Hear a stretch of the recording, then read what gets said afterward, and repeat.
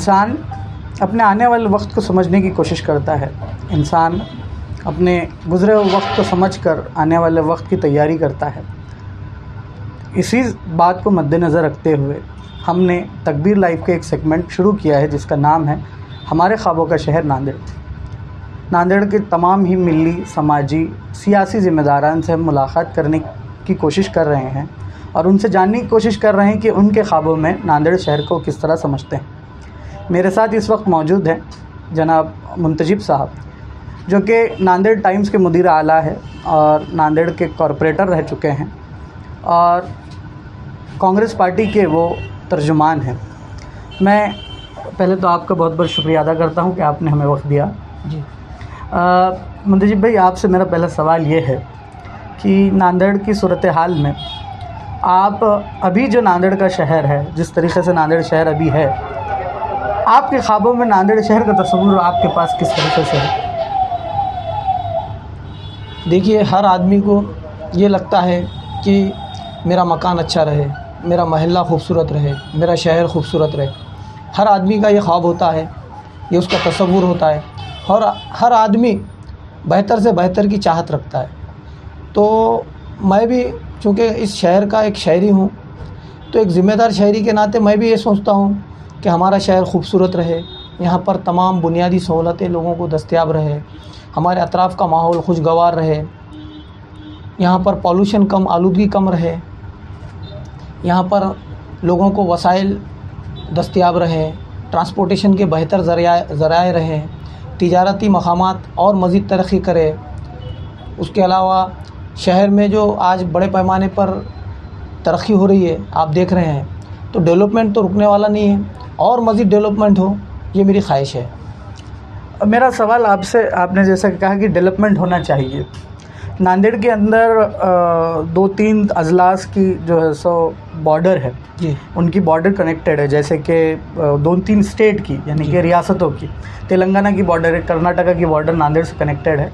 नांदेड़ में एक बहुत बड़ा मेडिकल कॉलेज है और नगर पालिका की भी अच्छे मेडिकल कॉलेज है और नगर पालिका ने भी अच्छे अच्छे स्कूल तैयार किए हैं। और इन चीज़ों को मद्देनज़र रखते हुए नांदेड़ का तालीमी निज़ाम जो है, नांदेड़ में ट्यूशन क्लासेस बहुत है। और मैं इसके अंदर और एक सवाल ये आपसे पूछना चाहूँगा कि नांदेड़ के अंदर मुसलमानों का तालीमी निज़ाम जो है, वो आपको क्या लगता है कि तशफ़ी बख्श है कि वो जिस निज़ाम अभी चल रहा है वो बराबर है? बिल्कुल, नांदेड़ एक तालीमी हब बन चुका है। आप भी जैसा आपने बताया है, मेडिकल कॉलेज है, एमजीएम इंजीनियरिंग कॉलेज है, मातोश्री इंजीनियरिंग कॉलेज है, कई पॉलिटेक्निक कॉलेज है, बीफार्म के कॉलेज है हमारे ज़िले में, बीडीएस का कॉलेज है। तालीम के बेहतर मौक़े नांदेड़ में मौजूद है। जिस तरह आपने कहा कि अक़लियतों के लिए भी हमारे समाज में कई ज़िम्मेदार शख्सियात ने अपने तौर पर तालीमी मैदान में अपनी ज़िंदगी सर्फ की है और आज जूनियर कॉलेज है, सीनियर कॉलेजेस भी मौजूद है, स्कूली सतह पर भी बेहतरीन तालीम का नज़्म है। हमें सबसे ज़्यादा तवज्जो अपने बच्चों की तरफ, हमारी नस्ल की तरफ ये देना है कि उन्हें किस तरह से हम इस तालीम के ज़ेवर से आरास्ता करें। यानी तालीम एक ऐसी चीज़ है जो किसी के पास से छीन नहीं सकता।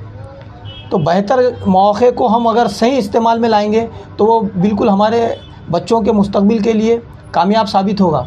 जैसे कि मैंने आपसे अभी थोड़ी देर पहले पूछा था कि नांदेड़ के सनती और नांदेड़ के ऑलराउंड डेवलपमेंट के बारे में। नांदेड़ के अंदर एक बहुत बड़ी एमआईडीसी का क़याम है, नांदेड़ के अंदर सड़कों में एक बहुत बड़ी इंडस्ट्रियलाइजेशन, वहाँ पे सनती मामला बहुत ज़्यादा है। तो आपको क्या लगता है कि नांदेड़ के भी सूरत हाल के अंदर नांदेड़ का जो इंडस्ट्रियल जो मुकाम होना चाहिए था, उसकी जो पोजीशन होनी चाहिए थी, वो पोजीशन बराबर है या इसके अंदर और चीज़ें हो सकती है? देखिए, नांदेड़ में सनतकारों के लिए मौक़े फ़राहम करने के लिए साबिक़ चीफ़ मिनिस्टर, साबिक़ वज़ीर आला अशोक चौहान साहब ने उनके दौर में नांदेड़ अहेड के नाम से एक प्रोग्राम बहुत बड़ा लिए थे विसावा गार्डन के बाजू के जिनिंग फैक्ट्री पर, और जिसमें उन्होंने पूरे महाराष्ट्र भर के बड़े सनतकारों को तलब किया था और उन्हें कहा था कि नांदेड़ से करीब जो कुशनूर है, उस कुशनूर एमआईडीसी में उन्हें अराज़ी अलाट की जाएगी और वहाँ पर बड़े सनतकार आकर यहाँ नए प्रोजेक्ट शुरू करें। इससे सनती तरक्की भी होगी, नांदेड़ के मुकामी लोगों को रोज़गार के मौक़े भी फ़राहम होंगे। मगर वो मामला जिस तरह मैं समझ सकता हूँ कि उस हद तक कामयाब नहीं हो सका। कुशनूर में एमआईडीसी तो कायम हुई, कहीं आज भी वहाँ पर सनती इदारे क़ायम है, नांदेड़ के MIDC में भी सनती इदारे क़ायम है, मगर जिस तरह खातिर खा तरक्की सनती शोबे में होनी चाहिए थी, जिस तरह औरंगाबाद में है, औरंगाबाद में वालूज में देख लीजिए आप जाकर, तो उस तरह पर नांदेड़ में सनती तरक्की नहीं हुई है। और मुस्तकबिल में हो सकता है कि नांदेड़ में जब जैसा एयरपोर्ट है, नांदेड़ में हमारे पास रेलवे स्टेशन होने की वजह से रेलवे के ज़राए मौजूद है, तो सनतकार मुस्तकबिल में नांदेड़ की तरफ तवज्जो देंगे। और नांदेड़ में मुस्तकबिल में मैं ये सब मायूसी नाउम्मीद होना मेरे पास, मैं ये समझता हूँ कि उस पर ये फुल स्टॉप नहीं है कि नहीं है तो नहीं होगा। इंशाल्लाह आप उम्मीद रखिए कि मुस्तकबिल में नांदेड़ में सनती तरक्की ज़रूर होगी। मैं नांदेड़ के अब जो इंफ्रास्ट्रक्चर की बात है, नांदेड़ के अंदर जितनी बिल्डिंग्सें बन रही हैं, जितने फ्लाईओवर्स बने, तो इस सिस्टम को लेके नांदेड़ के अंदर एक सबसे बड़ा भी मसला है ट्रैफिक का। आप ये जो डेवलपमेंट हो रहा है, नांदेड़ के कुछ इलाक़ों में अब नई नई रोडें बनाई जा रही है, नांदेड़ गोदावरी से लग के होने की वजह से यहाँ पे बड़े बड़े फ्लाईओवर्स है, तो ये जो डेवलपमेंट हुआ है इसको आप किस नज़र से देखते हैं? देखिए, नांदेड़ का पहली बात तो ये याद रख लीजिए आप, डेवलपमेंट तरक्की एक ऐसी चीज़ है जो कभी रुकने वाली नहीं है। और हमेशा आज कोई चीज़ बनाए तो वो चीज़ थोड़े दिन के बाद ख़राब होती है।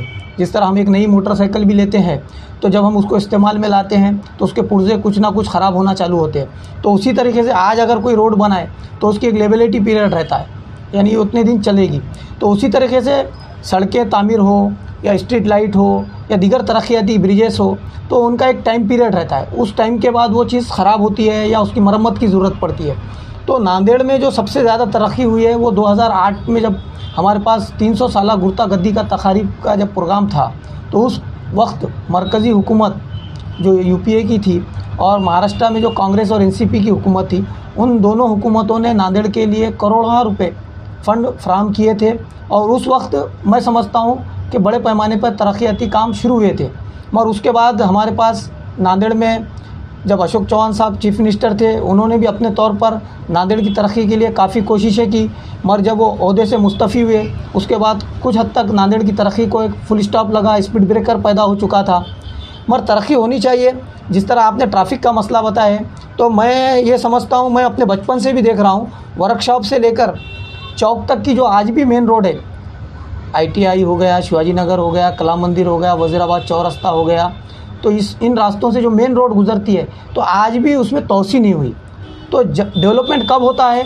जब वहाँ पर अराज़ी हुसूल करके मास्टर प्लान बनाया जाता है या सड़कों की तोसी जब होगी, तो ये ट्रैफिक का मसला भी मैं समझता हूँ कि मुस्तकबिल में हल होगा। आपका ताल्लुक़ सहाफ़त से है जी, और उर्दू ज़बान से भी आपका नांदेड़ के अंदर बहुत अच्छा काम है। मैं पहले सहाफ़त के बारे में आपसे कहूँगा कि नांदेड़ की जो सहाफ़त आज से तकरीबन 25 साल आपको अवार्ड भी मिला है थोड़े दिन पहले, तो नांदेड़ की जो सहाफ़त थी, जो पिछले ज़माने में जो आप पीछे मुड़ कर जब देखते हैं, तो उस वक्त की सहाफ़त का और अब की सहाफ़त में क्या फ़र्क है? पहले तो मैं आपको ये बता दूँ कि मैं उर्दू का भी एक तालिब इल्म हूँ और सहाफ़त के मैदान का भी तालिब हूँ। मैं ये दावा ही नहीं कर सकता हूँ कि मैं इसमें सीनियर हूँ या मैं बहुत पुख्ता सहाफ़ी हूँ या मैं बहुत बड़ा जर्नलिस्ट हूँ। आपने जिस तरह कहा कि 25 साल क़ब्ल और आज की सहाफ़त में क्या फ़र्क है, तो मैं आपको बता दूं, 25 साल क़ब्ल नांदेड़ से रोज़नामा नगूश शाया होता था उस वक्त, और एक रोज़नामा शहर, ये दो मुकामी अखबारात एक उरूज पर थे उस वक्त। नांदेड़ में हर आदमी उन दो अखबार का मुंतज़िर रहता था। तकरीबन ख़दीम शहर से लेकर नए शहर में भी इन दो अखबारों की तोती बोलती थी और मैं भी उसका ख़ारी था। उसके अलावा बाहर से बैरूनी मकामात से, जैसे हैदराबाद और मुंबई से इनक़िलाब आता था, हैदराबाद से सियासत, रहनुमाई दक्कन आते थे। तो 1997 में मैंने जब अपने सहाफ़त का आगाज़ रोज़नामा नगूश से किया, आप यकीन नहीं मानेंगे कि पहले कंप्यूटर बहुत आम नहीं था, आज कंप्यूटर हर जगह आम हो चुका है। पहले किताबत की जाती थी और किताबत के बाद अखबार उससे शाया होता था लिथू मशीन पर। और ख़बरों के लिए आज न्यूज़ एजेंसीज़ बहुत सारे हैं, मोबाइल में आपको ख़बरें मिल जा रही है, प्रेस नोट रेडीमेड आ रही है। पहले ख़बरें हासिल करने के भी जो ज़राए रहते थे वो रेडियो हुआ करता था, टेलीविज़न हुआ करता था।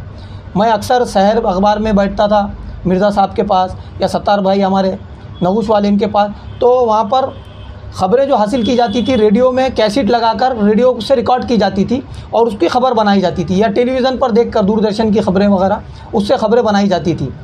तो आज तो हमारा मुल्क और आज पूरी दुनिया भी जदीद टेक्नोलॉजी के इस्तेमाल से आरास्ता हो चुकी।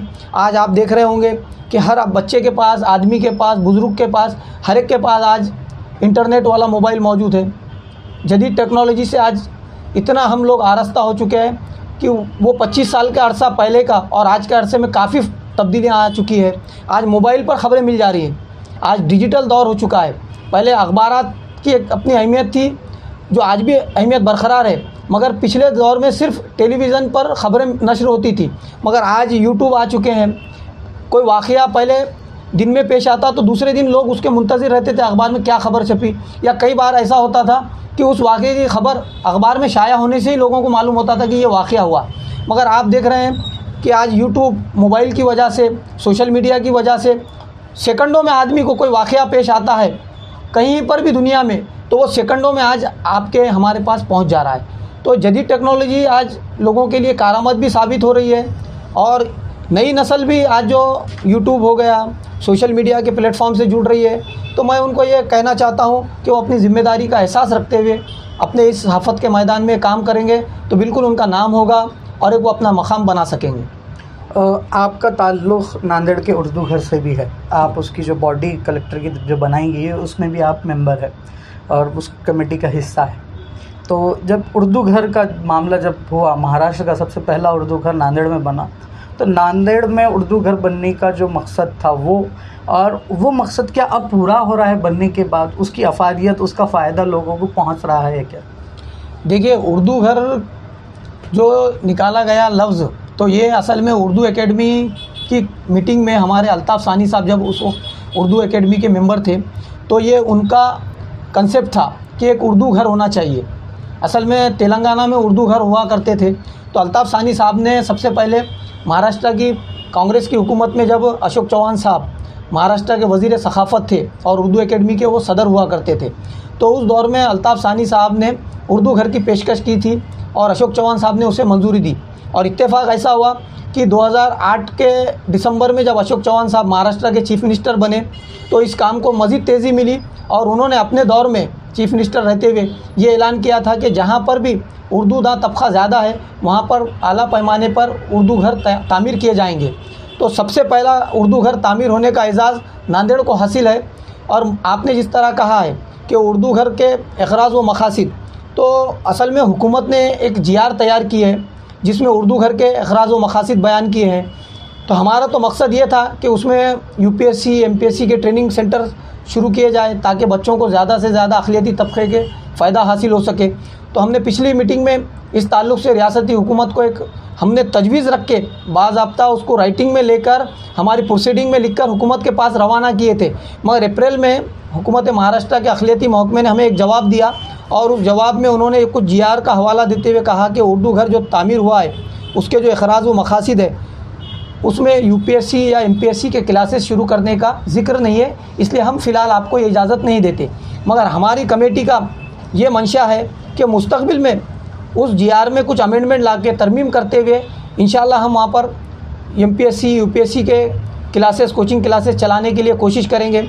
आज उर्दू घर में आप देख रहे हैं कि उर्दू घर के जो अखराज व मकासिद है जिसमें सेमिनार लेना है, मुशायरा लेना है या उर्दू ज़बान के मुख्तलिफ़ प्रोग्राम्स लेना है, तो वो प्रोग्राम्स हो रहे हैं।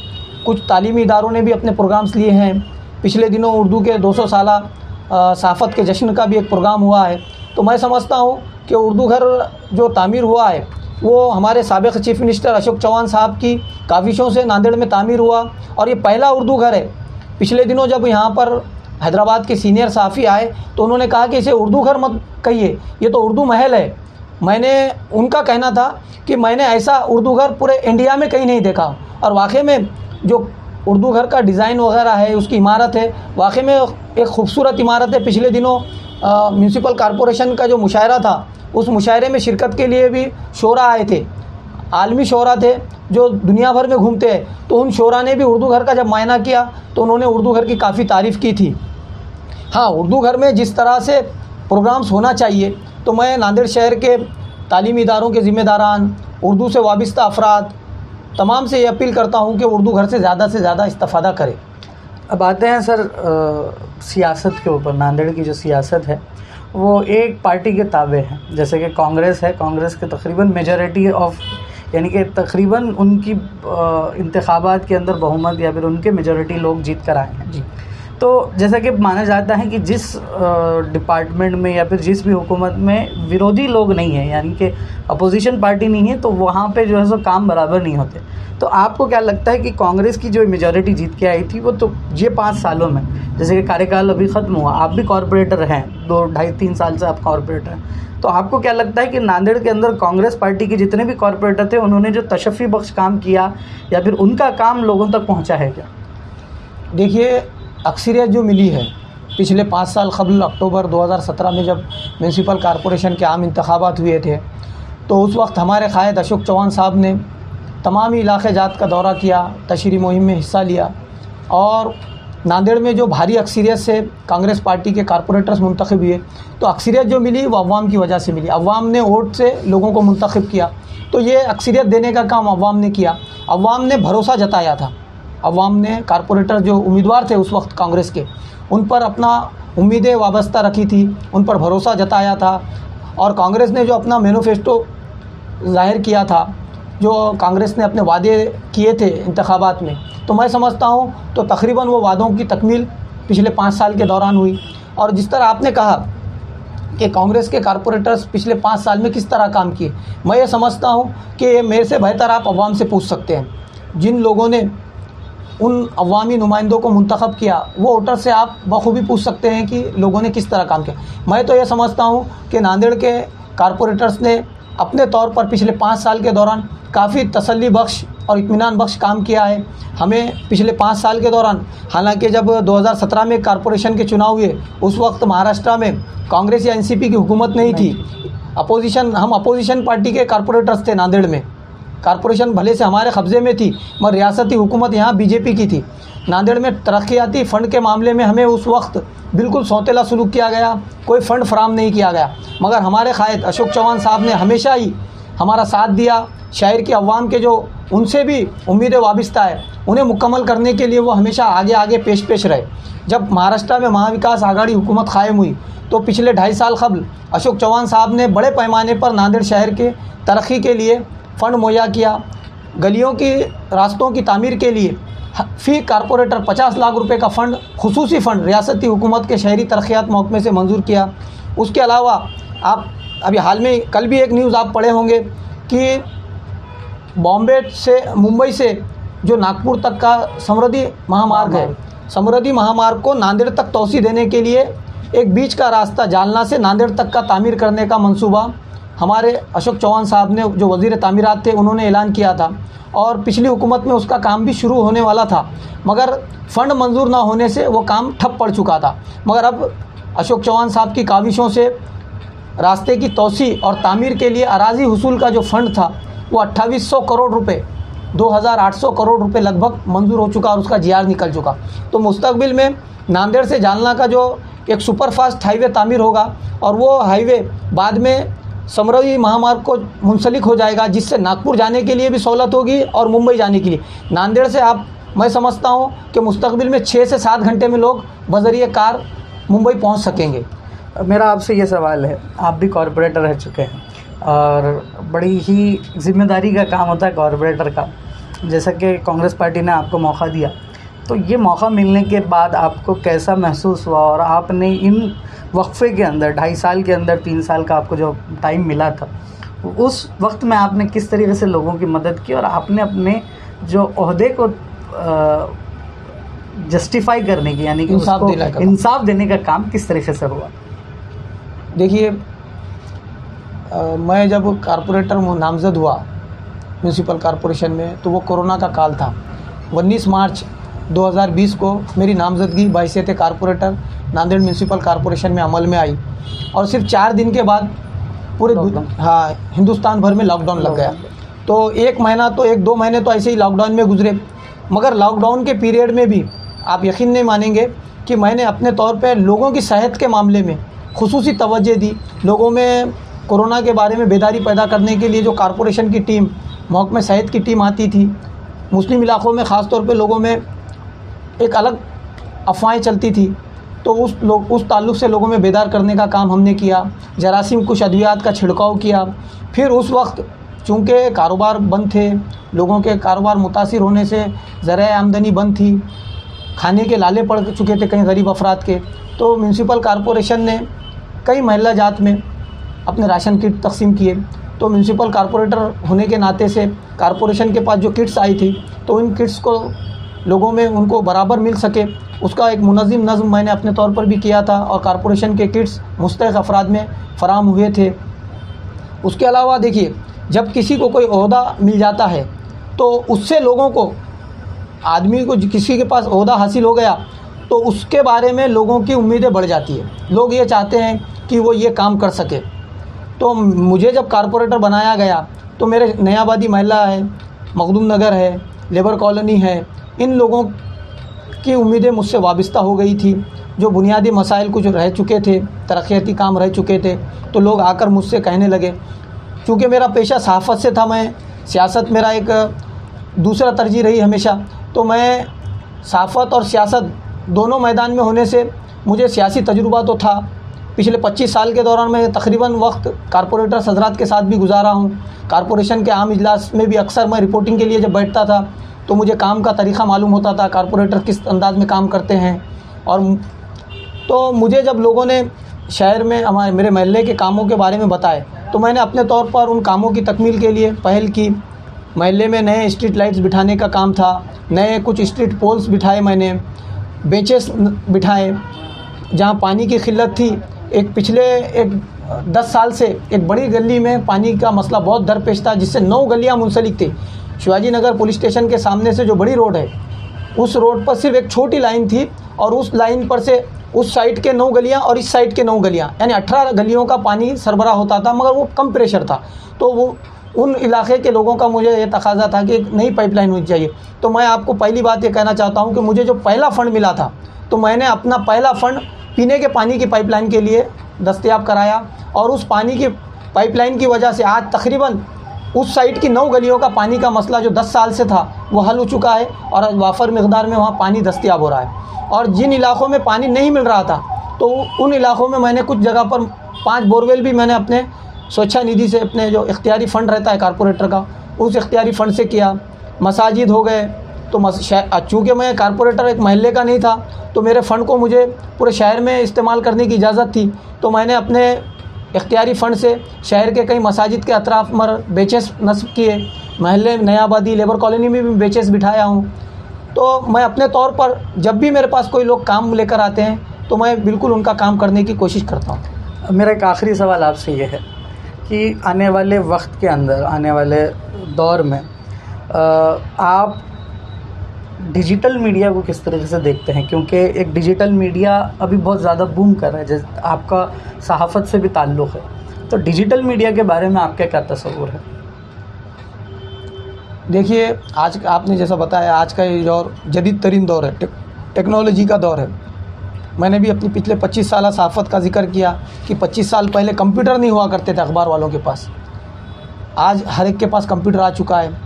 आपने कहा कि डिजिटल मीडिया का दौर कैसा है, तो आज हर एक के पास मोबाइल है। आज मैं तो ये समझ रहा हूँ कि बहुत कम लोग शाम में या वक्त निकाल कर टीवी भी देख रहे होंगे। बहुत सारे लोग तो टीवी भी आजकल हर चैनल आपको आपके मोबाइल में मिल जाएगा। एंड्रॉयड मोबाइल जो हो गया है, स्मार्टफ़ोन इतने आसान हो गए हैं कि आज हर एक के पास बआसानी दस्तयाब है और उस पर ख़बरें, चाहे वो यूट्यूब के रहो, पोर्टल के ज़रिए से रहो या ख़ुद चैनल के ज़रिए से रहो, तो सभी चैनल, सभी चीज़ें आज इस मोबाइल में दस्तयाब है। और जिस तरह आपने कहा कि डिजिटल मीडिया का क्या रोल रहेगा, तो आज डिजिटल मीडिया भी एक अपना एक अच्छा रोल सहाफ़त के मैदान में निभा रहा है।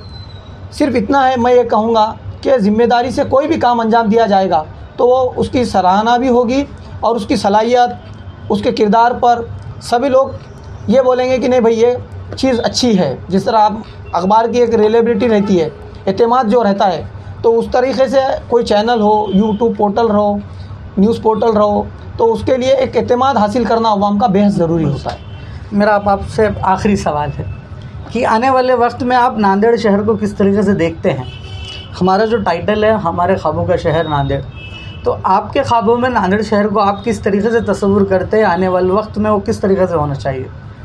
मैंने पहले ही सबसे पहले आपसे कहा कि देखिए, तरक्की, डेवलपमेंट ये रुकने वाली चीज़ नहीं है और हमारा शहर, आपका शहर, हमारा शहर, ये नांदेड़ वालों का, सभी का ये नांदेड़ शहर है। तो मैं ये सोचता हूँ कि हमारा शहर एक खूबसूरत मॉडल शहर बने, हर मैदान में वो तरक्की करे, तालीम के मैदान में हो, ट्रांसपोर्टेशन के मैदान में हो। पिछले कुछ दिनों से हमारे पास की एयरलाइन फ़्लाइट्स बंद है, एयरपोर्ट बंद हो चुका है। तो मैं ये सोचता हूँ कि नक़्ल व हमल के ज़राए भी अच्छे से अच्छे लोगों के लिए दस्तयाब रहेंगे तो शहर में मज़ीद तरक्की होगी। सड़कों की तोसी होनी चाहिए। जिस तरह आपने कहा कि आज ट्रैफ़िक का मसला बहुत हो रहा है, तो ट्रैफ़िक कब मसला हल कब होगा? जब सड़कें चौड़ी रहेंगी और बेहतर सड़कें रहेंगी, अच्छी तामीरशुदा सड़कें रहेंगी, तो लोगों को नक़्ल व हमल के ज़राए जब बासानी अच्छे दस्तयाब रहेंगे तो शहर में और मज़ीद तरक्की होगी, लोगों को भी सहूलत होंगी। आज कारोबार के मैदान में भी नांदेड़ बखूबी अच्छी तरक्की कर रहा है। डी-मार्ट के 2 शोरूम आ चुके हैं शहर में, बड़े बड़े कपड़े के शोरूम है, किसान का एक शोरूम आया। नांदेड़ में कई ब्रांडेड कंपनियों के शोरूम, चाहे ज्वेलरीज़ के रहो, शॉप कपड़े के रहो, वॉच के रहो, आप देखेंगे नांदेड़ में आज बड़े पैमाने पर लोग, तिजारत पेशा अफराद नांदेड़ की तरफ एक उम्मीद लगा कर बैठे हैं। तो नांदेड़ में साजगार माहौल जब लोगों को तिजारत के लिए भी मिलेगा तो मैं ये समझता हूँ नांदेड़ ही नहीं, बाहर के लोग भी यहाँ पर अपनी तिजारत को भरपूर फ़रोग़ देने के लिए कोशा रहेंगे। तो मेरे ख्वाबों का शहर ऐसा है कि नांदेड़ एक ऐसा शहर बने जहाँ पर हर चीज़ की सहूलत नांदेड़ वाले को दस्तयाब हो सके। जैसा कि सर ने कहा कि नांदेड़ एक ऐसा शहर बने जो नांदेड़ वालों को हर चीज़ की सहूलत, हर चीज़ की अफादियत यहाँ पे मिले। उम्मीद करते हैं कि नांदेड़ शहर भी उस तरीक़े से बने। ये सियासतदानों से भी उम्मीद की जा सकती है, नांदेड़ के तमाम ही ज़िम्मेदार लोगों से उम्मीद की जा सकती है कि वो नांदेड़ की तरक्की के लिए, नांदेड़ को ख्वाबों का शहर बनाने के लिए कोशिश करें। बहुत बहुत शुक्रिया।